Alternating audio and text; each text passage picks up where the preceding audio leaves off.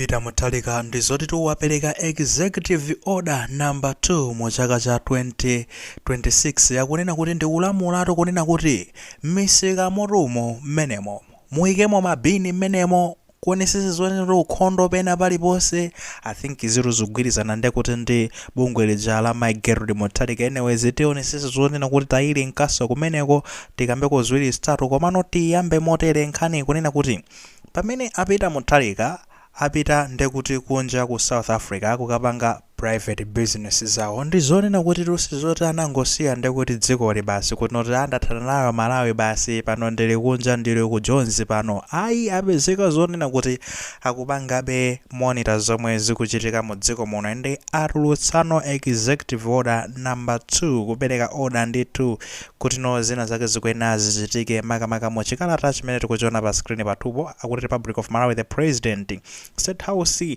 Lilongwe Malawi executive order number 2 of 2026 mandating sanitation and hygiene facilities in public workplaces and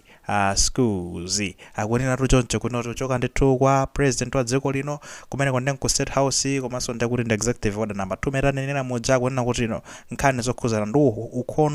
ukhondo pena paliponse makamaka malo amene nda public misika chani komanso ndikuti malo ogwira ntchito ngakhalenso ma school. Paragraph number 2 akunena kuti no pursuant to the Constitution of the Republic of Malawi which enshrines the right to life and in recognition of the urgent need to mitigate threats posed by waterborne diseases arising from inadequate sanitation and hygiene, it is hereby ordered number 1 tisanafike kumene wakunena kuti to potengera ndekuti ndi malamulo a dziko lino amene amakamba suzonena kuti pakufunikira ndithu moyo wa munthu uzilemekezedwa ufulu oti anthu alena akhale ndi moyo nzika za dziko lino komanso kuona kuti pakufunikira kwambiri makamaka kuthana ndi matenda amene amatha kubwera ifwa chonena kuti mwina mwake siri kutsatira zinthu za ukhondo chani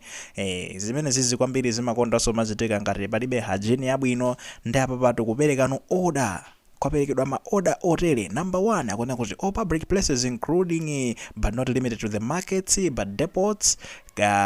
bus depots car parks, recreational facilities, and the venues for public gatherings shall provide and maintain waste disposal facilities. Number 2, all schools and workplaces, whether public or private, shall provide and maintain waste disposal facilities within and surrounding the premises. This order shall be enforced by law and shall take effect immediately upon issuance issued under my hand this first day of March 2026. Professor Peter Mutharika signature pamenepo President of the Republic of Malawi akunena kuti order number 1 ndikulamulano zonena kuti malo onse amene nda public ndikuti kukamba zonena kuti kandi mabasi depot misika komanso ndikuti malo amene mayimitsidwa magalimoto car parks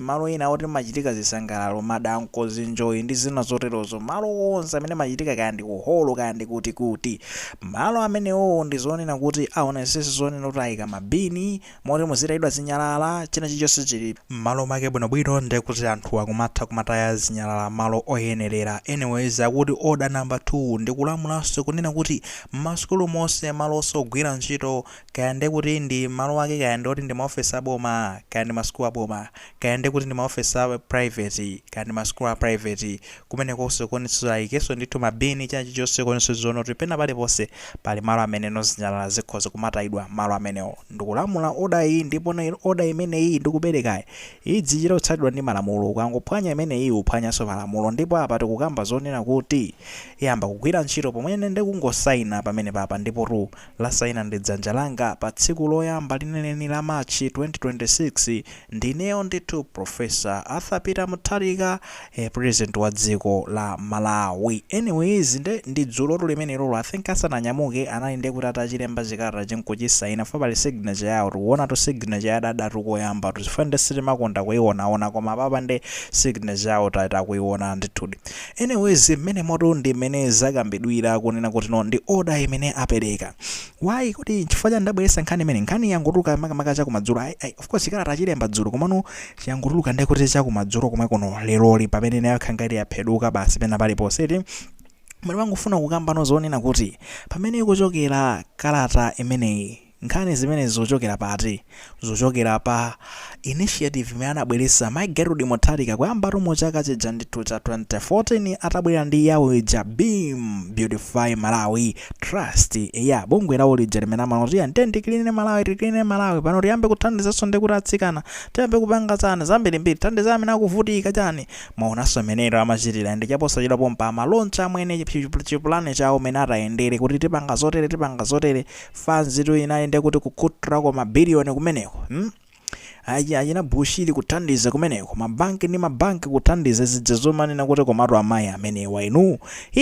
takhala ndi ma first lady ife bwanji kuti ma first lady ena amangokhala basi ntchito yawo kukhala pambali pa president pa jene pa amuna awo basi kwina kuli kuonse basi pambali pa amuna awo osaona ko zimene akupanga zolongosoka koma first lady uyu kungobwera amwene koma amene chikuthamangira chinzimayi amwene akamakamba zonena kuti no ya mayi owanena kuti ndi wangwiro akuziwa zimenezi kwena zizichitika pakhomo amatakataka sizoti amangokhala iyayi kani zake zimakhangati ziti zimenezozo akuti tikungoti ndine first lady ndati zingokhala koma kuthamanga amwene kugwisa ntchito mphamvu ya first lady yakusintha zinthu zina ndi zina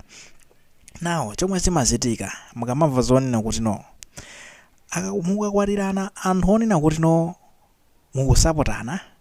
zomwe zimachitika ndi zimenezi mwayioneti apita Mutharika I think zinakumana zinthu zonena kuti ndidzomvana ndidzosapotana mwayioneti ndi akazi wawo otutula nthawi kunena kuti anthu amasapotana initiative wayambisa ndi kuti ndi Gerald Mutharika hene pita Mutharika ono kuti chinthu ichi chachikulu amwene ndigwiseponso ntchito mphamvu zanga kuti noti chipanga uplift Malawi ide akhale wakilini izizi ndi zimene zikhalira akamanena kuti tamakwatirana na anthu onoti mukumvana musiyendera pa peji imodzi nkhani yaketu ndi imeneyi osati ndi kuti ukuyenderano peji wina akuyenderano kuchikutonoko aiso musimvana chonche ngati mene zililimu this is so good kumachita kuonesa zonena kuti I think anthu awa amasapotana akamanena zonena kuti yayi ndizakusapotana munaona pa birthday apita Mutharika amayi Gerald Mutharika ankakamba zonena kuti ineyo mudziwe zonena china chonse chomwe chingachitike ineyo ndizakhalabe ndili pambali pano ndizakusapotana chane ndimakukonda nakamuza apita Mutharika nthawi imene of course ankangomwetulira apita Mutharika ina yake komano zimene akuoneka zonena kuti anthuwa okay anali mawu amene ankayankhulidwa mawu abwino kwambiri nkoti kuchoka kwa munthu wamayi kumamuuza nonso pano amuna wake anali mawu abwino kwambiri magayi mawu abwino if anything happens anything I'll be there ine ndizakhala ndikusapotana chani magayi kubwerano apapa ndi zimene tikuonazi kuti anthu amasapotana ende ndi zomwe zikuonekazi they support each other for real amasapotana ndipo zoona magayi uyu sangapange zinthu wopanda uyu ndekuti kunsapota uyu sangapange zake wopanda uyu kunsapota zomwe zimafunikira ndi zimenezi mwinaso mabanja ena tingatengereko sophunziro tate ndizisapotana neti kumenya chitima amwene osangoti kukhala ndekuti kupanga zako mamuna apanga zake mkazi sopanga iyayi ikhale timu ndithu basi timu yamphamvu ndikumapangira zinthu limodzi nditaona zikuchitika mabanja ena sakumaitha ngati ndikupasa an example ya amati Mark and Sherry I think amati Max and Sherry chani amapanga zawo kitchen chonche pena makapanga so deliver kutumidwa akasiye mphatso chani ndi mamuna ndi mkazi wake I think amati Tamika kaya amatero Tamika chani amati ndaiwala dzina lawo koma amakonda kupezeka pa Facebook these guys ali ndi ka restaurant kawo kabwino ende fazi makadya chakudya chabwino apika amagwira ntchito limodzi amwene hand in hand ndi amasapotana zimaita kuoneka kuti ndi banja koma amene akumenyera amwene ntchito kuti zimafunika zonse support koma zizikhala chonchi kumasapotana ndithu anyways keep it up magaya amene mapanga zonse matika ndi Max and Sherry chani we watch your timaona patali kuti these guys are really doing well keep it up ndizokhazo tikunena ngati zapita Mutharika ndi mkazi wake zikuchita kuonekeratu kuti these guys they support each other well done nkhani yawo khondoyo sindofuna kamba zambiri let's just obey to that let's do what we can ngati zimbini zayikidwa ndekuti mmesikamo ndi wina azipezeka kuti ndi anthu chako chitayiraso ndeti panja pa binipo etiti bini lipomwepo koma ati chanthu chati akachitayano ati panja pa binipo tahenepo nimpase ganyo wasite iwe usapange zimene zakuti lamulo ligwira ntchito lamulo tamayika zinyalalazo mu binimo ndekuti we can at least enforce the cleanliness makamaka ndekuti ma public spaces tingakambeso chani akuti